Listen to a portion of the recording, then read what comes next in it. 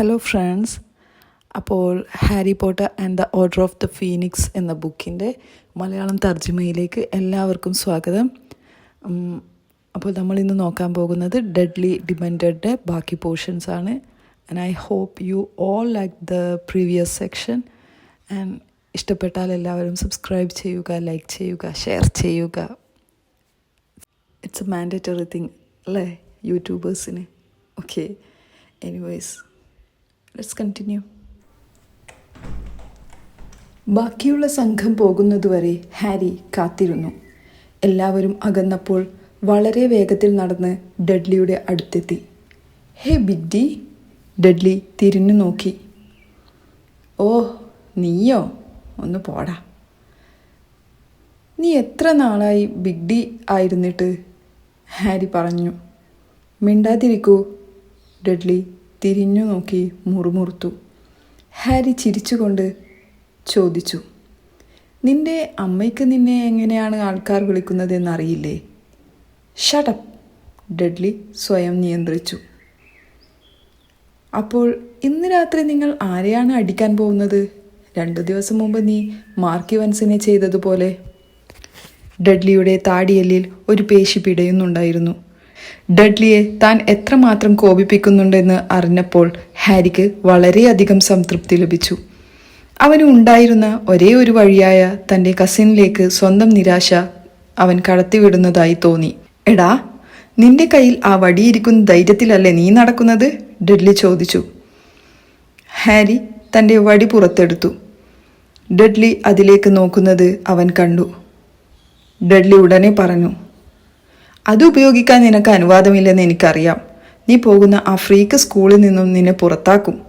ഓഹോ, അവർ നിയമങ്ങൾ മാറ്റിയിട്ടില്ലെന്ന് നിനക്ക് എങ്ങനെ അറിയാം ബിഗ് ഡി? ഹാരി മൃദുവായി ചിരിച്ചു. ആ സാധനമില്ലാതെ എന്നെ നേരിടാൻ നിനക്ക് ധൈര്യമില്ല അല്ലേ? ഡഡ്ലി മുറുമുറുത്തു. ഓ, അപ്പോൾ നീയോ? നിന്റെ പിറകിൽ 4 ഫ്രണ്ട്സ് ഉണ്ടെങ്കിലല്ലേ നിനക്കും ധൈര്യമുള്ളൂ? ഹാരി തിരിച്ചടിച്ചു. നീ രാത്രിയിൽ ഇത്ര ധീരനല്ല അല്ലേ? ഡഡ്ലി പരിഹസിച്ചു. ഇത് രാത്രിയാണ് ഡിഡിക്കിൻസ്. ഇങ്ങനെ ഇരുട്ടാകുമ്പോൾ നമ്മൾ അതിനെ അങ്ങനെയാണ് വിളിക്കുന്നത്. നീ കിടക്കയിലായിരിക്കുമ്പോൾ എന്നാണ് ഞാൻ ഉദ്ദേശിച്ചത്. ഡഡ്ലി മുറുമുറുത്തു. അവൻ നടത്തം നിർത്തി. തൻ്റെ കസിനെ നോക്കി ഹാരിയും നിന്നു. ഡഡ്ലിയുടെ മുഖത്ത് ഒരു വിജയഭാവം ഉണ്ടായിരുന്നു. കിടക്കയിൽ കിടക്കുമ്പോൾ എനിക്ക് ധൈര്യമില്ല എന്നാണോ നീ പറയുന്നത്? എന്തിനെക്കുറിച്ചാണ് ഞാൻ പേടിക്കേണ്ടത്? തലയിണകളെക്കുറിച്ചോ? ഇന്നലെ രാത്രി നീ പറയുന്നത് ഞാൻ കേട്ടു. സെഡ്രിക്കിനെ കൊല്ലരുത്, സെഡ്രിക്കിനെ കൊല്ലരുത്. സെഡ്രിക് ആരാ? നിന്റെ ബോയ് ഫ്രണ്ടാണോ? ഹാരിയുടെ വായ വറ്റിപ്പോയി. നീ നീ കള്ളം പറയുകയാണ്, ഹാരി യാന്ത്രികമായി പറഞ്ഞു. ഡഡ്ലി കള്ളം പറയുന്നില്ലെന്ന് അവൻ അറിയാമായിരുന്നു. സെഡ്രിക്കിനെ കുറിച്ച് ഡഡ്ലിക്ക് എങ്ങനെ അറിയാൻ കഴിയും? ഓഹോ, നീ ആ കരയുന്നുണ്ടായിരുന്നല്ലോ. അച്ഛാ, എന്നെ സഹായിക്കൂ അച്ഛാ, അവൻ എന്നെ കൊല്ലാൻ പോകുന്നു അച്ഛാ, ഹൂ ഹൂ. നിർത്ത്, ഹാരി പറഞ്ഞു. മിണ്ടാതിരിക്കൂ ഡഡ്ലി, മതിയാക്കാൻ പറഞ്ഞില്ലേ? വന്നെന്നെ സഹായിക്കൂ അച്ഛാ, അമ്മേ വന്നെന്നെ സഹായിക്കൂ, അവൻ സെഡ്രിക്കിനെ കൊന്നു അച്ഛാ, എന്നെ സഹായിക്കൂ. ഹാരി വടി നേരിട്ട് ഡഡ്ലിയുടെ ഹൃദയത്തിലേക്ക് ചൂണ്ടി. ഡഡ്ലിയോടുള്ള 14 വർഷത്തെ വെറുപ്പ് ഹാരിക്ക് തൻ്റെ സിരകളിൽ അനുഭവപ്പെടുന്നതായി തോന്നി. ഇനി ഒരിക്കലും അതിനെക്കുറിച്ച് സംസാരിക്കരുത്, ഹാരി മുറുമുറുത്തു. മനസ്സിലായോ? ഈ വടി നീ ദൂരെ മാറ്റ്. ഞാൻ പറഞ്ഞത് നിനക്ക് മനസ്സിലായോ? നീ ഇതാദ്യം മാറ്റി പിടിക്ക്. ഡഡ്ലി മഞ്ഞു മൂടിയ വെള്ളത്തിൽ മുക്കിയതുപോലെ ഒരു വിചിത്രമായ വിറയ്ക്കുന്ന ശ്വാസം മുട്ടൽ പുറപ്പെടുവിച്ചു. പൊടുന്നനെ എന്തോ സംഭവിച്ചു. നക്ഷത്രങ്ങൾ നിറഞ്ഞ നീലാകാശം പെട്ടെന്ന് ഇരുണ്ടു. പ്രകാശമില്ലാതെയായി. നക്ഷത്രങ്ങളും ചന്ദ്രനും ഇടവഴിയുടെ ഇരുവശത്തുമുള്ള മൂടൽ മഞ്ഞുള്ള തെരുവ് വിളക്കുകളും അപ്രത്യക്ഷമായി. കാറുകളുടെ ദൂരെയുള്ള മുഴക്കവും മരങ്ങളുടെ മർമരവും ഇല്ലാതായി. ആ ഇളം ചൂടുള്ള സായാഹ്നം പെട്ടെന്ന് തുളച്ചു കയറുന്ന കഠിനമായ തണുപ്പായി. ഒരു നിമിഷം ഹാരിക്ക് താൻ ഒന്നും ചെയ്യാതെ തന്നെ മാജിക് സംഭവിച്ചതായി തോന്നി. നക്ഷത്രങ്ങളെ കെടുത്താൻ അവന് ശക്തിയില്ലായിരുന്നു. എന്തോ കാണാൻ ശ്രമിച്ചുകൊണ്ട് അവൻ തല അങ്ങോട്ടും ഇങ്ങോട്ടും തിരിച്ചു. പക്ഷേ ചുറ്റും ഇരുട്ട് മാത്രമായിരുന്നു. ഡഡ്ലിയുടെ ഭയാനകമായ ശബ്ദം ഹാരിയുടെ കാതിൽ തുളച്ചു കയറി. എന്താണ് നീ ചെയ്യുന്നത്? നിർത്തൂ. ഞാനൊന്നും ചെയ്യുന്നില്ല. മിണ്ടാതിരിക്കൂ. അനങ്ങരുത്. എനിക്ക് കാണാൻ കഴിയുന്നില്ല. എൻ്റെ കാഴ്ച നഷ്ടപ്പെട്ടിരിക്കുന്നു. ഞാൻ നിന്നോട് മിണ്ടാതിരിക്കാൻ പറഞ്ഞില്ലേ? ഹാരി നിശ്ചലനായി നിന്നു. കാഴ്ചയില്ലാത്ത കണ്ണുകൾ ഇടത്തോട്ടും വലത്തോട്ടും തിരിച്ചു. തണുപ്പ് വളരെ കഠിനമായിരുന്നതിനാൽ അവൻ വിറച്ചു. കൈകളിൽ രോമങ്ങൾ പൊട്ടിപ്പുറപ്പെട്ടു. കഴുത്തിൻ്റെ പിൻഭാഗത്ത് രോമങ്ങൾ ഉയർന്നു നിന്നു. അവൻ കണ്ണുകൾ പൂർണ്ണമായും തുറന്നു. ചുറ്റും ശൂന്യമായി നോക്കി. ഒന്നും കാണാൻ കഴിയുന്നില്ല. ഞാൻ ഡാഡിയോടിത് പറയും. നീ എവിടെയാണ്? എന്താണ് ചെയ്യുന്നത്? ഡഡ്ലി പരിഭ്രാന്തനായി. ഒന്നും മിണ്ടാതിരിക്കുമോ? ഹാരി പിറുപിറുത്തു. ഞാൻ കേൾക്കാൻ ശ്രമിക്കുകയാണ്. പക്ഷേ അവൻ നിശബ്ദനായി. അവൻ ഭയപ്പെട്ടിരുന്ന കാര്യം മാത്രമാണ് അവൻ കേട്ടിരുന്നത്. ഇടവഴിയിൽ അവരല്ലാത്ത എന്തോ ഒന്ന് ഉണ്ടായിരുന്നു. നീണ്ട പരുക്കൻ ശ്വാസോച്ഛ്വാസം പുറപ്പെടുവിക്കുന്ന എന്തോ ഒന്ന്. തണുത്തുറഞ്ഞ വായുവിൽ വിറയ്ക്കുമ്പോൾ ഹാരിക്ക് ഭയം തോന്നി. ഇത് ചെയ്യുന്നത് നിർത്തൂ. ഞാൻ നിന്നെ അടിക്കും. സത്യം. ഡഡ്ലി മിണ്ടാതിരിക്കൂ. ഹാരിക്ക് തൻ്റെ തല രണ്ടായി പിളരുന്നതായി തോന്നി. അടുത്ത നിമിഷം അവൻ നിലത്ത് ശക്തമായി വീണു. അവൻ്റെ വടി അവൻ്റെ കയ്യിൽ നിന്ന് പറന്നുപോയി. കണ്ണുകളിൽ വേദന നിറഞ്ഞു. കൈകളിലും കാൽമുട്ടുകളിലും എത്തി. ഇരുട്ടിൽ തല കറങ്ങുന്നതായി തോന്നി. ഡഡ്ലി തെറ്റിദ്ധരിച്ച് ഇടവഴിയിലെ വേലിയിൽ ഇടിക്കുന്നത് അവൻ കേട്ടു. ഇടറി വീഴുന്നു. ഡഡ്ലി, ഇങ്ങോട്ട് വാ. അങ്ങോട്ട് പോകല്ലേ. ഒരു ഭയങ്കര അലർച്ച കേട്ടു. ഡഡ്ലിയുടെ കാലടികൾ നിന്നു. അതേസമയം ഹാരിക്ക് പിന്നിൽ ഒരു ഇഴയുന്ന തണുപ്പ് അനുഭവപ്പെട്ടു. ഇതിന് ഒരർത്ഥമേ ഉള്ളൂ. ഡിമൻഡേഴ്സ്. ഡഡ്ലി, നീ വായ അടക്ക്. എന്ത് ചെയ്താലും നീ നിന്റെ വായ തുറക്കല്ലേ. ഹാരി ഭയങ്കരമായി മന്ത്രിച്ചു. അവൻ്റെ കൈകൾ നിലത്ത് പരതി. എവിടെയാണ് വാൻ? വരൂ. മന്ത്രവാദം യാന്ത്രികമായി പറഞ്ഞു. വാൻ ടിപ്പ് ജ്വലിച്ചു. ഹാരി അത് തട്ടിയെടുത്തു. അവൻ്റെ കാലുകൾക്കരികിൽ നോക്കിയപ്പോൾ അവൻ്റെ ശക്തി ചോർന്നുപോയി.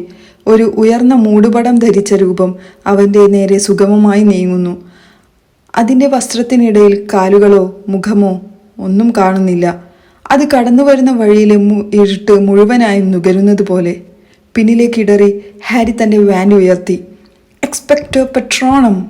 വാനിൻ്റെ അഗ്രത്തിൽ നിന്ന് ഒരു വെള്ളി നീരാവി പുറത്തു വന്നു. ഡിമൻഡർ മന്ദഗതിയിലായി. പക്ഷേ സ്പെൽ ശരിയായി പ്രവർത്തിച്ചില്ല. ഡിമൻഡറുടെ വസ്ത്രത്തിനുള്ളിൽ നിന്ന് ചാരനിറത്തിലുള്ള മെലിഞ്ഞ ചൊറിച്ചിൽ നിറഞ്ഞ ഒരു ജോഡി കൈകൾ അവൻ്റെ അടുത്തെത്തി. ഒരു വലിയ ശബ്ദത്തോടെ ഹാരി പറഞ്ഞു, എക്സ്പെക്ടോ പെട്രോണം. മുമ്പത്തതിനേക്കാൾ ദുർബലമായ മറ്റൊരു വെള്ളിപ്പുക വടിയിൽ നിന്ന് ഒഴുകിപ്പോയി. ഇല്ല, അതും ഫലിച്ചില്ല. സന്തോഷമുള്ള എന്തെങ്കിലും ഓർത്തെടുക്കൂ ഹാരി, അവൻ അവനോട് തന്നെ പറഞ്ഞു. ഇല്ല, ഒന്നും ഓർമ്മ വരുന്നില്ല. മരണം. അവൻ്റെ തലയ്ക്കുള്ളിൽ ഒരു ശബ്ദം പറഞ്ഞു, മരിക്കുക ഹാരി. വേദനാജനകമായിരിക്കില്ല. എനിക്കറിയില്ല, കാരണം ഞാനൊരിക്കലും മരിച്ചിട്ടില്ല. അവൻ ഇനി ഒരിക്കലും റോണിനെയും ഹെർമിയോണിയെയും കാണാൻ പോകുന്നില്ല. അവരുടെ മുഖങ്ങൾ അവൻ്റെ മനസ്സിൽ വ്യക്തമായി തെളിഞ്ഞു വന്നു. ഹാരിയുടെ വടിയുടെ അഗ്രത്തിൽ നിന്ന് ഒരു വലിയ വെള്ളിമാൻ പുറത്തു വന്നു. അതിൻ്റെ കൊമ്പുകൾ ഡിമൻഡറിനെ പിടികൂടി. ഡിമൻഡർ വവ്വാലിനെ പോലെ പറന്നുയർന്നു. പരാജയപ്പെട്ടു. അവൻ ഡഡ്ലിയുടെ അടുത്തേക്ക് ഓടി. ഡഡ്ലി നിരത്ത് ചുരുണ്ടിരുന്നു. കൈകൾ മുഖത്ത് അമർന്നു. രണ്ടാമത്തെ ഡിമൻഡർ അവൻ്റെ മുകളിൽ കുനിഞ്ഞ് ഡഡ്ലിയുടെ മുഖത്തേക്ക് തല താഴ്ത്തി, അവനെ ചുംബിക്കാൻ പോകുന്നത് പോലെ. ഇതിനെയും കൊണ്ടുപോ, ഹാരി അലറി. ഒരു അലറുന്ന ശബ്ദത്തോടെ അവൻ സങ്കല്പിച്ച വെള്ളിമാൻ അതിലൂടെ കടന്നുപോയി. അതിൻ്റെ വെള്ളിക്കൊമ്പുകൾ ഡിമൻഡറിനെ പിടികൂടി വായുവിലേക്ക് എറിഞ്ഞു. മാൻ അറ്റത്തേക്ക് നീങ്ങി വെള്ളി മൂടൽമഞ്ഞിൽ ലയിച്ചു. ചന്ദ്രനും നക്ഷത്രങ്ങളും തെരുവ് വിളക്കുകളും വീണ്ടും ജീവൻ പ്രാപിച്ചു. ഇടവഴിയിൽ ഒരു ചൂടുള്ള കാറ്റ് വീശി. മഗ്നോളിയ ക്രസൻറ്റിലെ കാറുകളുടെ സാധാരണമായ മുഴക്കം വീണ്ടും അന്തരീക്ഷത്തിൽ നിറഞ്ഞു. ഹാരി നിശ്ചലനായി നിന്നു. അവൻ്റെ എല്ലാ ഇന്ദ്രിയങ്ങളും വിറച്ചു. പെട്ടെന്ന് അവൻ സാധാരണ നിലയിലേക്ക് തിരിച്ചു വന്നു. അവൻ വിയർപ്പിൽ കുതിർന്നിരുന്നു. എന്താണ് സംഭവിച്ചതെന്ന് അയാൾക്ക് വിശ്വസിക്കാനായില്ല. ലിറ്റിൽ വിങ്ങിങ്ങിൽ ഡിമൻഡേഴ്സോ? ഡഡ്ലി നിലത്ത് ചുരുണ്ടുകൂടി കിടന്നു. പിറുപിറുക്കുകയും വിറയ്ക്കുകയും ചെയ്തിരുന്നു. എഴുന്നേൽക്കാൻ പറ്റുമോ എന്ന് നോക്കാൻ ഹാരി കുനിഞ്ഞു. അപ്പോൾ പിന്നിൽ ഉച്ചത്തിലുള്ള കാലടി ശബ്ദം അവൻ കേട്ടു. അവൻ തൻ്റെ വടി വീണ്ടും ഉയർത്തി തിരിഞ്ഞു നോക്കി. അത് വൃദ്ധയായ മിസ്സിസ് ഫിഗായിരുന്നു. കൈത്തണ്ടയിൽ നിന്ന് ഒരു ഷോപ്പിംഗ് ബാഗ് ആടുന്നുണ്ടായിരുന്നു. ഹാരി തൻ്റെ വടി പെട്ടെന്ന് കാഴ്ചയിൽ നിന്ന് മറക്കാൻ ശ്രമിച്ചു. പക്ഷേ വിടി, അത് എടുത്തു വെക്കല്ലേ, അവൾ ഉച്ചത്തിൽ പറഞ്ഞു. ഇനിയും അവർ വന്നാലോ, എന്തു ചെയ്യും? ഓ, ആ മുണ്ടങ്കസ് ഫ്ലെച്ചറെ ഞാനിന്ന് കൊല്ലും. ഓക്കെ, അപ്പോൾ അത്രയേ ഉള്ളൂ ഈ സെക്ഷൻ. നമ്മുടെ പാർട്ട് 1 കഴിഞ്ഞിരിക്കുകയാണ്. ആരാണ് മുണ്ടങ്കസ് ഫ്ലെച്ചർ എന്നും നമ്മുടെ മിസ്സസ് ഫിഗിൻ്റെ റോൾ എന്താണ് ഹാരി പോട്ടറിൻ്റെ ലൈഫിൽ എന്ന് അറിയാൻ stay tuned. So stay healthy, stay safe, by.